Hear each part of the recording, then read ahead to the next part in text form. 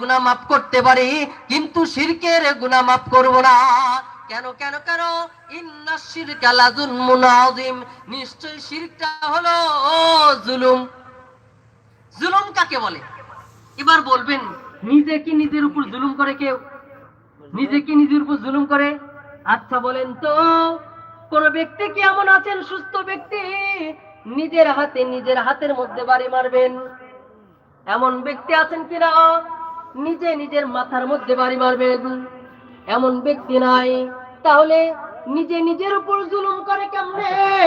আমরা তো দোয়ার মধ্যে বলি, অর্থ না জানার কারণে বুঝতে পারি না, রব্বানা যালামনা আনফুসানা, ওগো আল্লাহ, আমরা নিজেরাই নিজেদের উপর জুলুম করেছি।